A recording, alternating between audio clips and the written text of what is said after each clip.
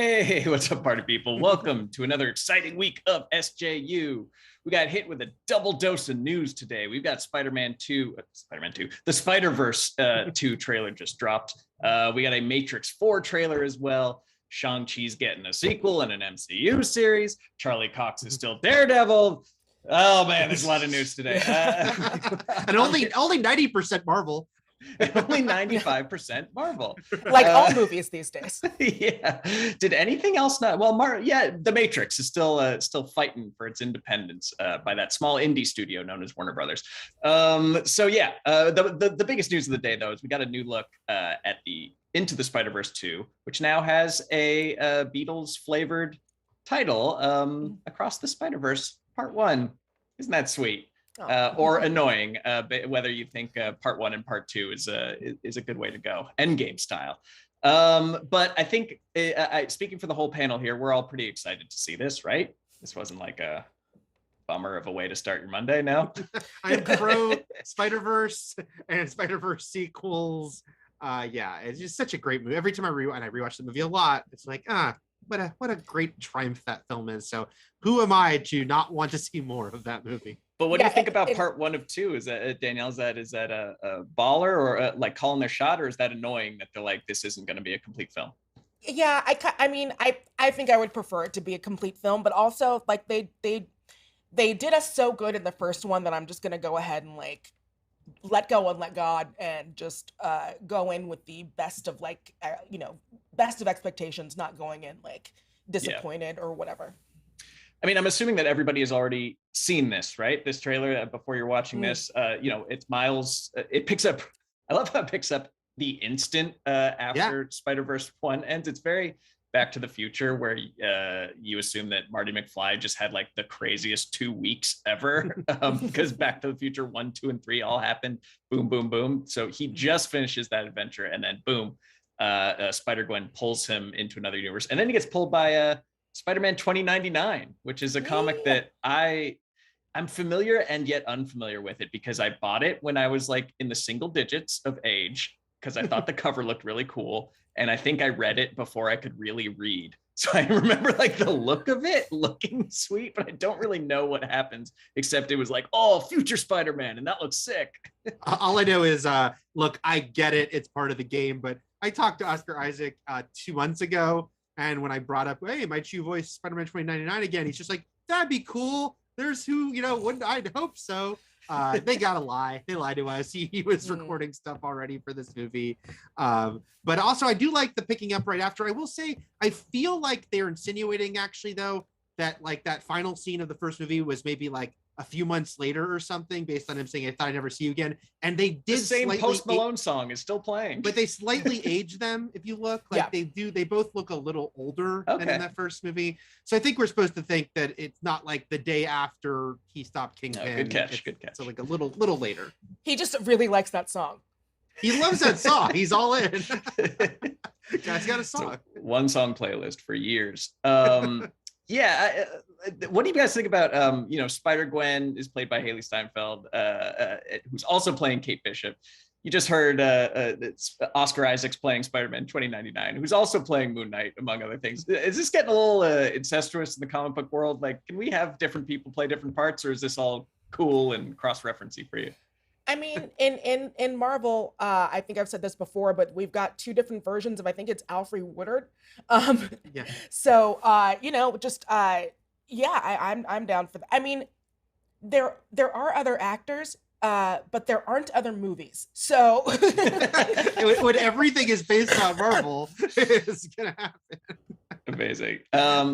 The script is saying only 3 confirmed characters so far, and I guess that would be 2099, Miles Morales, and Spider-Gwen. But that's not fully true, because I got confirmation from Phil Lord himself that Japanese Spider-Man will be in this, and they already have the designs from. This was like a year ago or something when someone asked him that, and he's like, "Oh, we're on it." So we will get Takuya. He may come from the planet Spider. It's going to be fantastic. So aside from that, who are you excited to see return in this one? Oh, I want Spider-Man Turn Off the Dark Spider-Man. I want just all singing, all dancing. Yes. want to see him just Gwen Stacy style, just break his neck. Something's wrong with the rigging. But it's so true, Danielle. I almost made that joke on Twitter this morning because I'm like, we're getting too many versions of Spider-Man for them to not bring Broadway Spider-Man in, damn it. Yeah. In too many movies. So give us Broadway Spider-Man. I just ordered like the tell-all book about that. So I'm very excited to learn more about that cursed production. We also there was an interview back in the day, or maybe I don't know how recent it was, but Tom Holland, I remember, said that he was supposed to have like a little cutaway in Spider-Verse 1. So maybe that got pushed to this one. Do you think there'll be any crossover with any live action stuff? It's got to happen eventually. I think it was either Lord or Miller who actually once revealed that they had pitched a scene with Garfield, Holland, and Maguire for the first Spider-Verse movie, only to basically be told too soon for that. And now, of course, we think we might be getting that in live action very soon. Now, especially with like the stuff that's happening with like the MCU and Sony working closer together, it does feel like, even if it's a quick joke, even if it's like they go through their universe for a split second, getting those guys, or at least Holland, because he's the current Spider-Man, to do some quick cameo, I think is certainly. I would also think with the way Lord and Miller work and all that, they could have a live action scene in the middle of this sucker if they wanted to, because the whole thing is that each world they go to will have a different animation style. Like as we saw in the trailer, it like changes completely the visuals. So why not have a scene with live action? Ooh, that would be really, really fun. And they already won their Oscars, so it like they've already got the Oscar. They're probably not going to get one on the sequel. So, ooh. Yeah, nice. Do it again. Well, so like you said, Sony and MCU are working very closely together these days, and it's all coming together in a big spider stew, a big goulash. Everything's crossing over with everything else.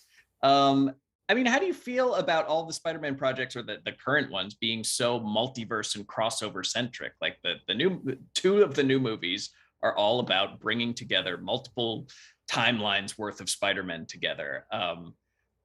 I'll start. I think that this is this works, but it only works once. You can't keep going to that well. Like, you need to build up Spider-Man on their own before it becomes a big impact when you cross them over together. Did we learn nothing from the Dark Universe? I feel like we need more Miles Morales standalone movies, and then other Spider-Man or whatever else you got going in there before you can all link them together. This actually coincides with some stuff I've been hearing about Morbius, my favorite film in development. And you're already calling it. You're gonna be your favorite movie ever. Favorite movie ever. And that extended look they showed me of him scratching some generic mercenaries on a ship really whetted my appetite even more. I've got Morbius fever, baby. I'm gonna go bite a bat. But yeah. Was that they're going back and filming more vulture scenes for that movie, which really gives me the sense of like, even that one is going to be like, I'd like to talk to you about the Sinister Six initiative. Like, come over here. Are we all mushing together too soon, or should Spider-Man just be like, a League of Extraordinary Spider-Man forever? I don't know. I mean, Tom Holland is a great Spider-Man. I always wish that they had like given him more stuff where it didn't feel like he was some bearded dude's sidekick. And I feel like that's always been a problem with kind of this incarnation of the Spider-Man movies, to the point where it's like, yeah, whatever, throw the kitchen sink, throw everything at it, give me whatever, like, I'm down for it. Because one nice thing is that we do have so many Spider-Man movies. And so whatever flavor spider that you like, it is out there for you. It exists. Yeah, it's weird with the sequel, like, because there is a part of me, like, I'm sure, look, reality hopping on some level would always have been a part of the sequel, only because they want Gwen to return and she's from another reality. Maybe in my vision, a Spider-Verse sequel would have been a little more scaled down, but of course, I'll be a hypocrite and be like, but I bet it'll still be awesome because these guys make awesome movies. So it is interesting that they're like all in on this being, like about jumping dimensions and other Spider-Mans, which I'm a long time comic book reader. I love that stuff. But I also want to make sure they don't lose sight of Miles' story, but they did such a good job in the first one of that, right? Yeah. Like, even though there were 6 Spider-Man in that movie, it was Miles' story at the center, and he was a really likable character. So even in totality, I'd love to see them maybe not feel like they have to do that every time. At least on animation, I feel pretty secure though that it's like we'll still have a good center to it. Even though it's strange. It's really my Spider-Man vision isn't always like this is a guy who goes from reality to reality. It's just like in the city fighting crime. Right. It's really a No Way Home problem, right? Because it's the MCU is the live action stuff is going into their lane, into the Spider-Verse lane, right? So it feels like it's more of like, did No Way Home make the right choice? I think obviously ticket sales are proving it'll be fine, but but from a artistic standpoint, that they're the ones who are kind of jumping in this Spider-Verse hot tub. So it'll be interesting to see if that's the one that people get tired of. Because I think people will love this one no matter what. It's totally great. It'll be fun, and these will all be good, I imagine. But it seems like this is like kind of a last hurrahs when you gather the whole posse together and throw everything you can in the kitchen sink at the screen. There's no one left to pull into live action except Japanese Spider-Man, Spider-Man, Takuya, the motocross racer. Who inherits the powers of Planet Spider. Moving on. we'll return to that as more news comes out. And please hit the like button, hit the subscribe button. We do SJU quite often these days. And you'll never miss another one if you do that. Just like we will be sure not to miss ShangChi 2. That has been announced. Destin Daniel Cretton, the director, is returning to develop a sequel to ShangChi and a unnamed, but I assume related series for Disney Plus. Are you guys hyped to see another standalone ShangChi sequel, a ShangChi-quel? And what do you think that MCU spinoff could be? I'm very excited. I loved ShangChi a lot. I really liked that. I thought that it was a really fun world, really fun characters. I liked that dog that was just all butts or whatever that deal was. So yeah, I thought that it was great. As far as like a MCU series for Disney Plus, I don't know, like Katie, his little friend person, just all Aquafina all the time. I don't know. Really? I'm shocked because you've not been the biggest fan of her comedic stylings in the past. You just like her reacting to stuff? Yeah. Well, I like her in this movie. Okay. And I liked her, I Was like it The Farewell or what was that? I think it was that one was really good. Yeah, normally I'm not like the hugest Aquafina fan, but I think that in this movie and as this character, it could be fun. Okay. I just rewatched Shang-Chi, and it's really great. Like it is really delivers. It's a really good origin story, like introduction movie.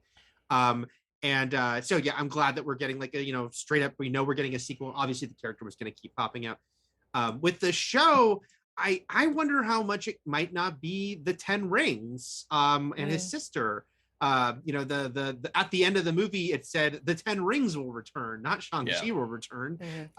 So I feel like that might be an avenue for them. We might be getting more Razor Fist is my main takeaway here. And that'd be great. I mean, it's so funny that they're gonna do that because like the 10 Rings, canonically they've been a evil terrorist and crime organization, right? But a good guy, his sister, has now taken over. So just imagining the real world parallels of like, yeah, we're Al Qaeda, but like we're cool now. Like, let us help you.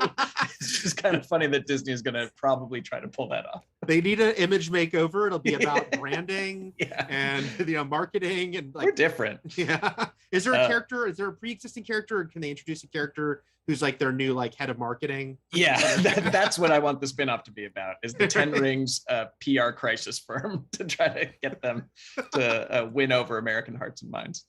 Okay, so we have another we'll keep you posted on that obviously, but there's another fun bit of Marvel news and then we'll move on to our one non-Marvel story of the day. Is Kevin Feige told Cinema Blend on Sunday something that will make a lot of fans happy. If you were to see Daredevil in upcoming things, theoretically, hypothetically, one might wonder, Charlie Cox, yes, would be the actor playing Daredevil. Where we see that, how we see that, when we see that, if we see that, remains to be seen. So all but confirming that Daredevil is coming back and he'll be played by Charlie Cox.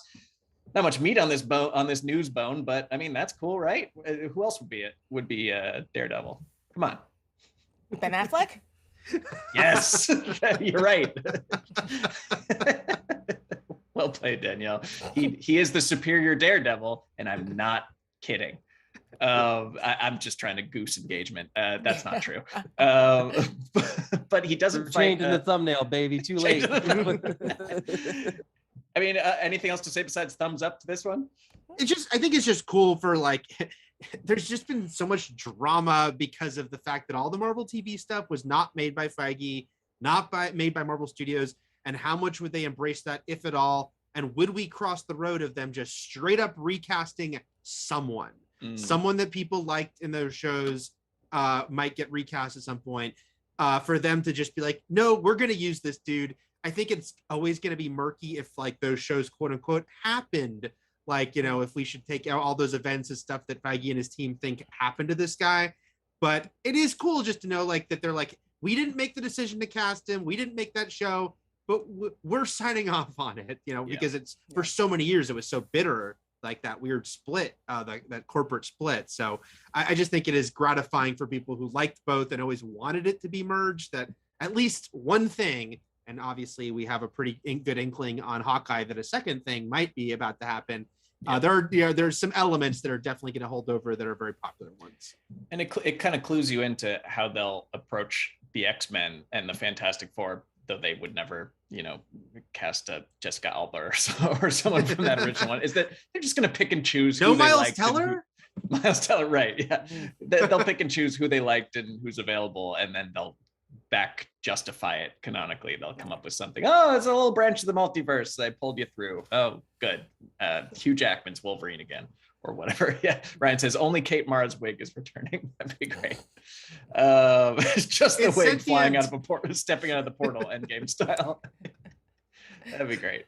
All right, we move on to the final big drop of the day. This was actually this morning, I believe. And I've not had time to go frame by frame through this, nor do I want to. It's the new Matrix 4 trailer. And this is something, part of the joy of the first Matrix was how little people knew going in. And I'd like to sort of kind of preserve that for myself. So I kind of watched this through like a self-induced haze of like not trying to really break down what's going on and like analyzing the plot of this. But it seems to be the same but different. It's Matrix-y. There's like characters who are versions of characters we know, but Trinity is still Trinity and Neo is still Neo. What were your gut takes after this new Matrix trailer?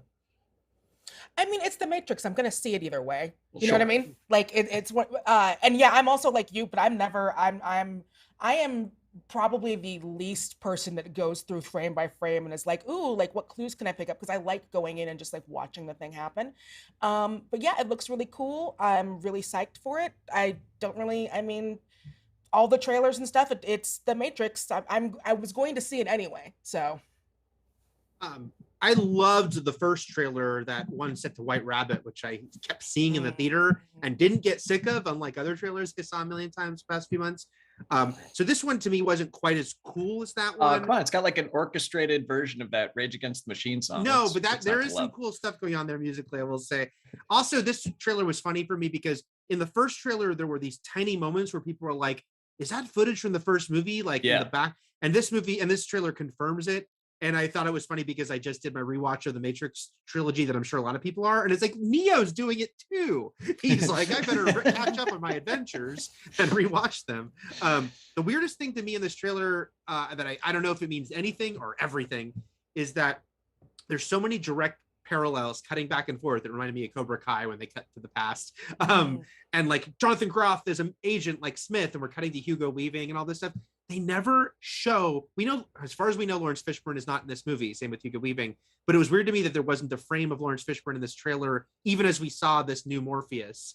So I'm like, is this a legal thing where they couldn't get him to sign off? Or is this there's something weird with the Morpheus character in this movie that they're holding back on, whether Fishburne's involved or not. It just felt strange to me to show so much from the original trilogy, including Hugo Weaving, who's not in this movie, and not show Lawrence Fishburne. So doesn't mean I don't know if I would imagine they're holding him back, and that'll be a big reveal at the end, because I mean, if you have Carrie-Anne Moss and Keanu Reeves, like he's the other part of the Trinity. You can't not do that. And like Has he been canceled? I don't know. I can't remember. No, if there's any reason why we wouldn't have. Why he wouldn't John be Wick in it this with Keanu, right? Yeah, exactly. He's basically Morpheus in that movie. And he likes money. I can't believe he would say no to money. Well, he's acted a little like almost bitter when he asked about not being in this, but again, is it all a front? Like actors have to lie about these things. They do. So who knows? He's Andrew Garfielding it. Yes. The long con. Yeah, I mean, and the film seems to be largely about like being trapped in loops and the same thing repeating over and over again. Which, at its worst could just end up being a rehash of The Matrix, but at its best will be like a total mind F of like, whoa, it's been this all along. And so that's why I'm not going to go too deep into the analysis and lore stuff and just spend the next 2 weeks in a self-induced coma until it comes out on HBO Max, and then I'll watch it immediately without checking anything else. And then I'll look up everything because I'm sure I missed what the actual point was, what it was really about, what that red pill really was. Y'all know what I'm saying. It's about Taco Bell. Okay, so let's move on to the live chat. Got a lot of good questions coming as we've been chatting around. Top of the list is Lou Bob says, since we're getting a MacGruber TV show, can we just talk about the MacGruber TV show? Did you see the trailer to that, Spencer? It looks amazing. I don't I saw the trailer. It came out like an hour ago. Oh, no. Okay. Yeah. Well, let's end this early. All right. The next question. Let's see. Green Star asked, with this animated Spider-Man film on the horizon, what are the chances of a Spider-Man 94 animated series on his trailer? Which one was that? Because there's been a bunch of animated series. That's the one. Right? That was the one that ran the longest. Yeah. It's the one that with Christopher Daniel Barnes as Spider-Man, and it did a lot of adaptations. Like it did a Secret War story. They did a Morpheus. Or not Morbius. I mean. Yeah. Mm-hmm. There's not a great chance of us getting that done by the time No Way Home comes out, but a decent chance we do that by the time it comes out on digital or VOD, which will probably be in like February if it comes out in late December. So they also announced a Spider-Man animated show, a new one on Disney Plus, so that gives us another opportunity when the freshman year one comes out if we want to. So there's a couple little and the Spider-Verse lots sequel. of Spider-Man opportunities. We're always looking for more Spider-Man things that we haven't talked about before, so that's definitely on the horizon. Or we'll just do Japanese Spider-Man again. Screw it. Or revisit. Remix. Yeah, enhanced edition, George Lucas style. Okay, let's see. Luis Valenzuela writes, in the Spider-Verse comics event, Marvel had a contest where they'd include the best Spider-Man submissions in the background of the comic. Should they do that for the movie? Hell yes. That's great. So you could just design your own version of Spider-Man? Yes. I imagine it would be like a Bodie McBoatface situation. Well, don't let people vote on it because we all know how democracy goes, but they should definitely have people submit their Spider-Man creations to drop in the background of the movie. That'd be great. I endorse that. They should do this for all things. They should do this for all the live action comic book stuff. Like let fans submit Easter eggs. Like I feel like that would be super fun. They're already looking for them so hard. It would be fun to have a whole movie where like they could like submit, like, oh, that's Captain America's mug on the desk or whatever, like that type of stuff. Jim One asked, what's a better way to spend $6,000? One ticket for the No Way Home opening night on eBay. Is that true? I know there was astronomical prices being listed. I don't know if people paid that much. $6,000? Okay, so someone's hoping for $6,000 or one night aboard the Star Wars Galactic Star Cruiser. Wait, what's that? Is that real? That's the hotel that's coming to Disney World. That's like a Star Wars themed hotel. One night or what? Or what? I mean, it's got to be the hotel, right? Yeah, it's got to be the hotel. Because that's insane for it. I can't believe that that's a real price someone's asking for a movie ticket. That's unbelievable. See it the next day. I saw some people had sold them for like a couple hundred, but yeah, $6,000. I mean, that's which is crazy too. But no, as excited as I am for this movie, I ain't paying $6,000 for a ticket to anything. Now, Eric, you've got a grip of tickets. Is that opening night? Yes. Okay. Well, could we maybe like decide what else we could do with the money from those tickets? Just say it. Just put it out there. We'll discuss that off camera. No, we've already emailed about this. You can't take it away after we've emailed the calendar. Yeah, but what if the email, we could go in on this like by scratchers and like. Spencer's trying to take away our nice group bonding. Now we're talking. All right, final one. Matan Valinsky asks, when do you think they'll release the first teaser or photos of Avatar 2? I don't think it'll be released in traditional form. I think it'll be in a chest at the bottom of the Marianas Trench that some expedition will dig up that James Cameron planted there. And inside will be a mind orb that you stick your face into, and you have visions of becoming a Na'vi. That's how I think we'll learn about Avatar 2. But what's the timeline here? When do we think we'll see anything from this film? Oh, geez. It comes out in a year, for reference, 1 year, or around a year from now. I imagine that we'll start seeing at least like a small teaser or something by like June, maybe. Yeah. My like dumb logical answer is like, assuming it sticks to next December, because they moved this sucker so many times, but I think they will. I think it's going to stick to next December. They'll start teasing it around the release of Doctor Strange in May or Thor in July. They'll put it with another big movie they've got and the EW cover will come out with the first look of the cast, and all that jazz will be happening. Oh man. Well, I'm ready for Jake Sully right now. Oh yes, Ryan. I don't know if you guys remember way back when Avatar came out, is they showed it on the new Jumbotron at the Dallas football stadium to show off how big the Jumbotron was. Perfect. Yes. So if we look up other nice new stadiums and when they're having a sporting event, no, they'll do it at the Cowboy Stadium again, but they'll flood the entire thing. Yes. You'll have to. You'll still watch on the screen, but underwater. All right, awesome. So much good stuff. I hope it keeps coming hard and fast through the rest of the week, because we'll be here to talk about it right here on SJU. Thanks, Eric. Thanks, Danielle. Thanks, everyone, for watching. Bye-bye.